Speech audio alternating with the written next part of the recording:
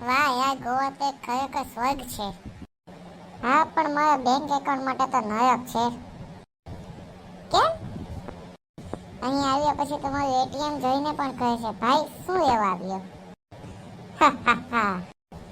હજુ કાલે 5,000 રૂપિયા લઈને આવ્યો હતો. પછી આજે ખાલી 50 રૂપિયા બચ્યા છે. એટલે ક્યાં ખર્ચી નાખ્યા ભાઈ? એક કોકોનટ વોટર, એક ટેક્સી અને 2 સેલ્ફી. સેલ્ફીમાં ક્યાં પૈસા લાગે?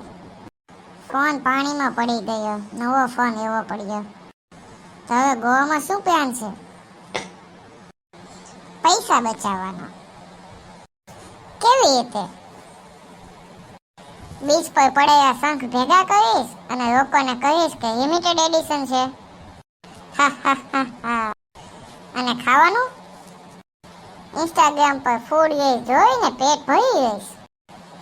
એથી ભૂખ નહીં મટે, પણ પૈસા તો બચશે ને. ગોવા વિશે સૌથી મોટો પાઠ શું મળ્યો? ગોવા જવું સરળ છે અને ગોવાથી પૈસા બચાવીને પાછા આવવું અશક્ય છે. ચાલ હવે હોટલ જઈએ. કેમ?